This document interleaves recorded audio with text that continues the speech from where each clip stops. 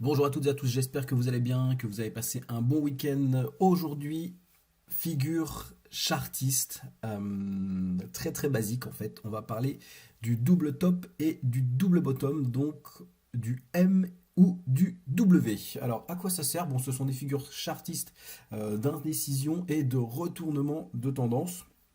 Alors la difficulté de la chose, c'est de les trouver, c'est jamais précis au millimètre. Bon alors là, je suis remonté, je sais plus, en novembre, quelque chose comme ça. Je trouve que c'est assez propre visuellement. Alors on va commencer par le M. Alors le M, c'est le double top. Donc on est sur une tendance haussière. Regardez, ça monte, ça monte, ça monte, ça monte.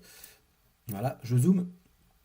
On va avoir un moment, donc le cours qui va monter comme ça et il va trouver une résistance. Voilà, il va trouver sa résistance une fois ici.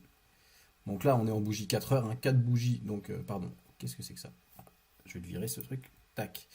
2 bougies, pardon, 4 heures qui trouvent la résistance ici, matérialisée par cette ligne, le rouge qui est là. Et ensuite, ça descend.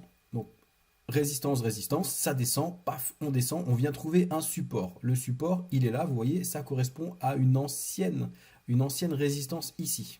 Là, vous voyez, donc c'est propre, hein, ça s'arrête pas n'importe où. Le support fait le job, ça rebondit, on retrouve ici, bon, à peu près là, si vous voulez, là, la résistance hein, qui est là. Alors, il y a des petits excès.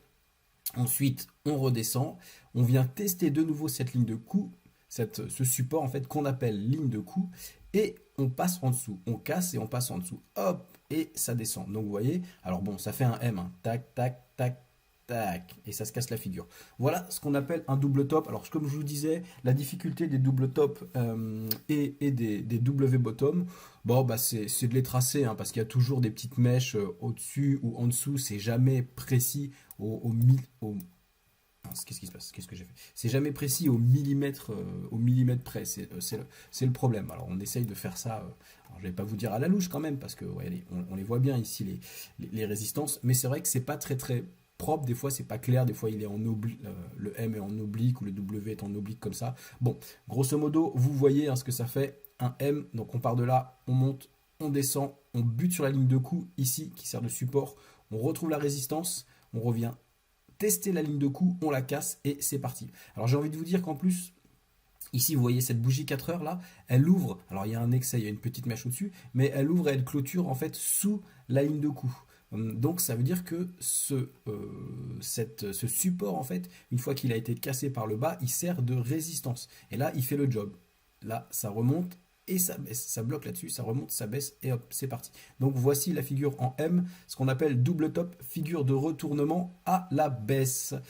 On part de l'autre côté, c'est exactement la même chose, mais dans l'autre sens.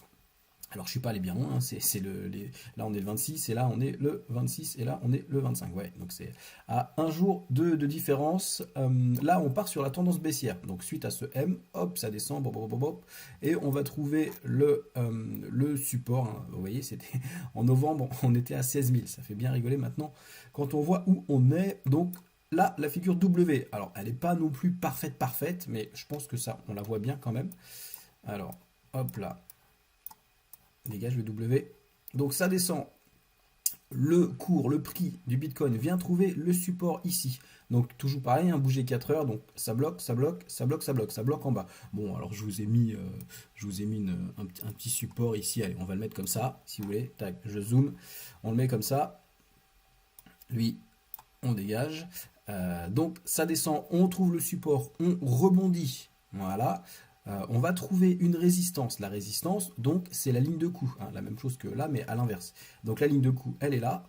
On va la tester. Alors, j'ai plutôt pris le corps, hein, corps de cette bougie, corps de cette bougie, corps de cette bougie. Donc on la teste, on redescend, on vient chercher là, bon, le support. Allez, par là à peu près. On retourne trouver le support ici et ça repart. On vient de nouveau tester la ligne de coup là. Regardez, ici. Donc la résistance et ça casse et ça part ensuite par le haut. Alors bon, c'est pas un W comme ça, c'est un W un peu de biais. Hein.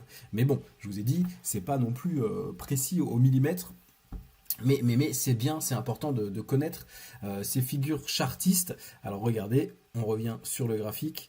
La ligne de coup qui est là, donc c'est la résistance là, là, là, et là, et cette bougie en fait, elle passe au-dessus. Regardez, elle passe au-dessus et ensuite, elle s'appuie. Je vais zoomer sur cette bougie-là, regardez. Elle s'appuie grosso modo sur la ligne de coup, donc le support résistance. Donc là, c'était plutôt une résistance. Hein.